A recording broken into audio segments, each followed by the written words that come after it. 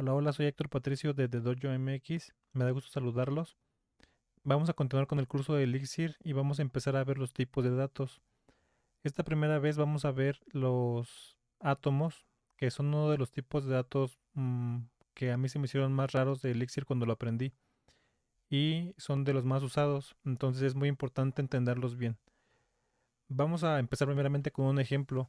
Como pregunta a ustedes es, ¿qué hacen cuando quieren representar información en su programa que generalmente tiene un significado dentro de su contexto, pero normalmente no conviene escribirla completamente, como por ejemplo como una cadena? Este muchas veces es el caso de cuando creamos un programa en el que representamos el estado de una cosa. Manuel Rubio en su libro habla, por ejemplo, del estado de una orden que va pasando por diferentes estados, como por ejemplo una orden que se ha ejecutado, está pagada o que está cancelada, por ejemplo. Normalmente estos estados los representamos como un entero. Les voy a poner un pequeño ejemplo en Python para que se entienda de manera sencilla. Entonces, imagínense que vamos a representar el estado de una puerta. Entonces, normalmente para no ocupar tanto espacio en la memoria, en vez de poner como una cadena eh, abierto, sería uno de los estados abierta.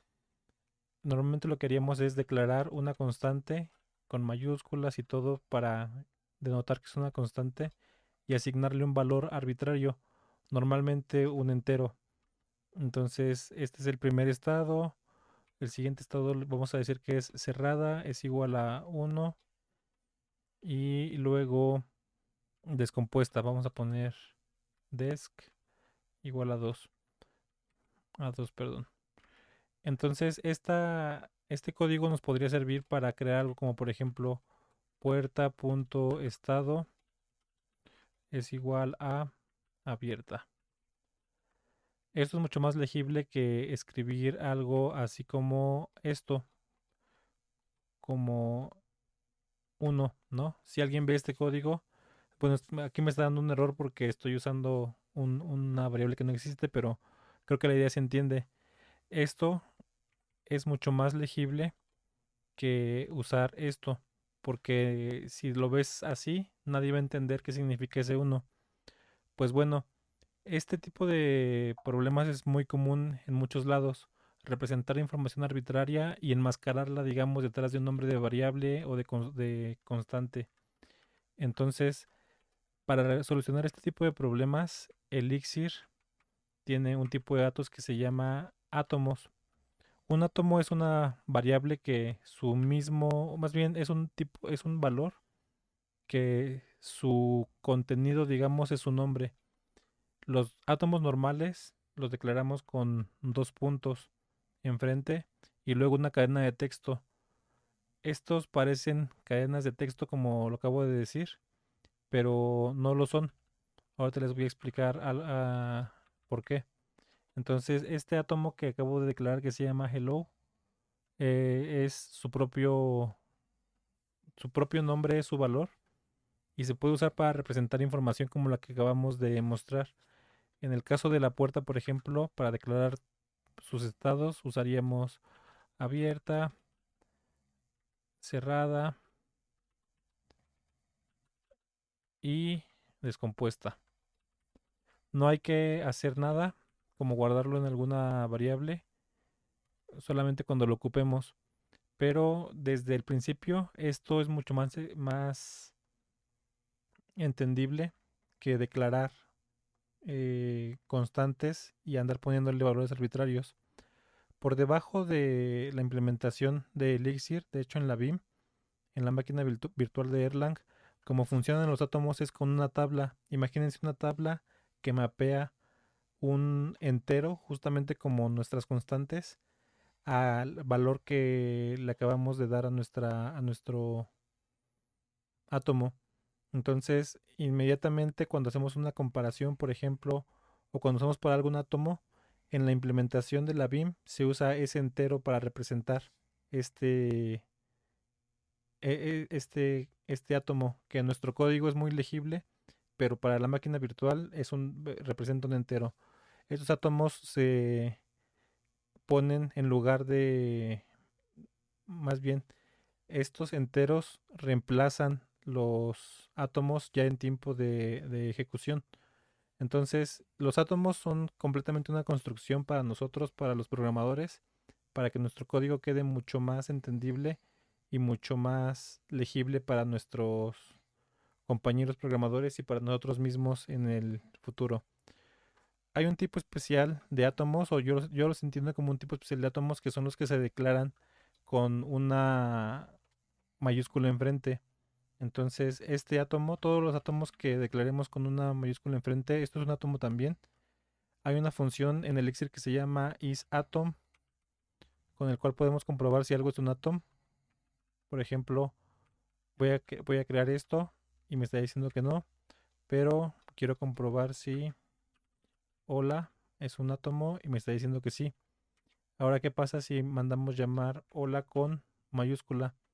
Esto también es un átomo, pero vamos a ver qué diferencia tienen los átomos que se declaran con H con mayúscula enfrente que los que se declaran con un dos puntos enfrente. La principal diferencia es que todo lo que encuentre Elixir con una mayúscula enfrente lo va a prefijar con el namespace, digamos, Elixir. Entonces vamos a usar una función del módulo atom que se llama atom to string. Es decir, vamos a convertir un átomo en una cadena y vamos a transformar el átomo hola. Su representación de cadena es, como dijimos, su nombre. Pero ahora, ¿qué pasa si transformamos el hola con mayúscula? Como dijimos, lo prefija con el namespace Elixir. Y esto pasa porque normalmente estos átomos que se utilizan con mayúscula enfrente son usados para representar nombres de módulos. Entonces van a ver que todos nuestros módulos deben empezar con mayúscula. Cuando declaremos un módulo, vamos a hacer algo así como def module y vamos a empezar con mi módulo. Y entonces vamos a empezar a declarar todo lo que contiene este módulo. Pero bueno, creo que ya ahondamos un poquito en lo que son los átomos y cómo funcionan. Vamos a ver algunos ejemplos de cosas que los usan. Como les decía, es importante entenderlos porque lo vamos a ver muy seguido. Por ejemplo, el módulo de entrada y salida de Elixir, que es IO, con su función puts, le estamos diciendo que escriba en pantalla algo como hola Elixir. Esta primera línea es el resultado de la impresión de este módulo, pero esta segunda línea es el resultado de lo que devuelve el- la función. Entonces, digamos que la primera es un efecto secundario, lo segundo es lo que devuelve. ¿Y qué está devolviendo? Un átomo. Justamente como convención en Elixir, todas las funciones que digamos que hicieron su trabajo bien, sin problemas, van a devolver el átomo OK, y todas las funciones que hayan fallado van a devolver el átomo error. Como les decía, esto tiene como objetivo principal devolver o hacer más legible el código. Fácilmente podrían devolver un 0 o un 1 como nos pasa en Unix o como en otros lugares, que un 0 o un -1 representan algo. Es mucho más fácil para los programadores entender algo que se lee directamente y que ese mismo es su valor para nosotros. Entonces, esa es la idea la idea principal de los átomos. Ahora hablemos de algunas limitaciones. Los átomos tienen un número limitado en la máquina virtual de Erlang. Entonces, mm, conviene no usar los átomos para cosas que sean dinámicas, como por ejemplo recibir datos de los usuarios y empezar a crear átomos con eso, porque no sabemos cuánto vayan a crecer. Si rebasamos el límite de estos átomos, que es más o menos, es un poquito menos de 2 millones de átomos, lo que va a pasar es que vamos a tronar la máquina virtual de Erlang y va a morir completamente. Entonces, de hecho, ese es un vector de ataque para la máquina virtual de Erlang. Si alguien se da cuenta de que estamos creando átomos dinámicamente, puede hacernos peticiones de tal manera que haga tronar la máquina y se muera completamente. A ver, el número de átomos que soporta la máquina virtual de Erlang es 1.048.576. Este número, digamos que es duro, si lo sobrepasamos, se va a crashear la máquina virtual de Erlang. Este número lo saqué otra vez del libro Elixir para Alquimistas de Manuel Rubio, que les invito a que lean y compren si les está siendo útil esto. Entonces, resumamos lo que vimos en este capítulo.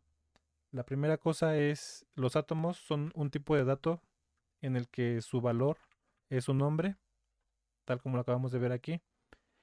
Internamente son representados mediante una tabla de mapeo de un entero a este nombre que nosotros creamos arbitrariamente. Estos átomos sirven para crear código más legible. En vez de poner valores enteros arbitrarios por ahí, la máquina virtual de Erlang los maneja por nosotros porque los reemplaza en tiempo de compilación para que en ejecución ya estén listos y son mucho más eficientes finalmente que andar comparando cadenas, por ejemplo, ¿no? Podríamos hacer algo así como esto, pero no lo hacemos normalmente porque sabemos que es poco eficiente andar comparando cadenas.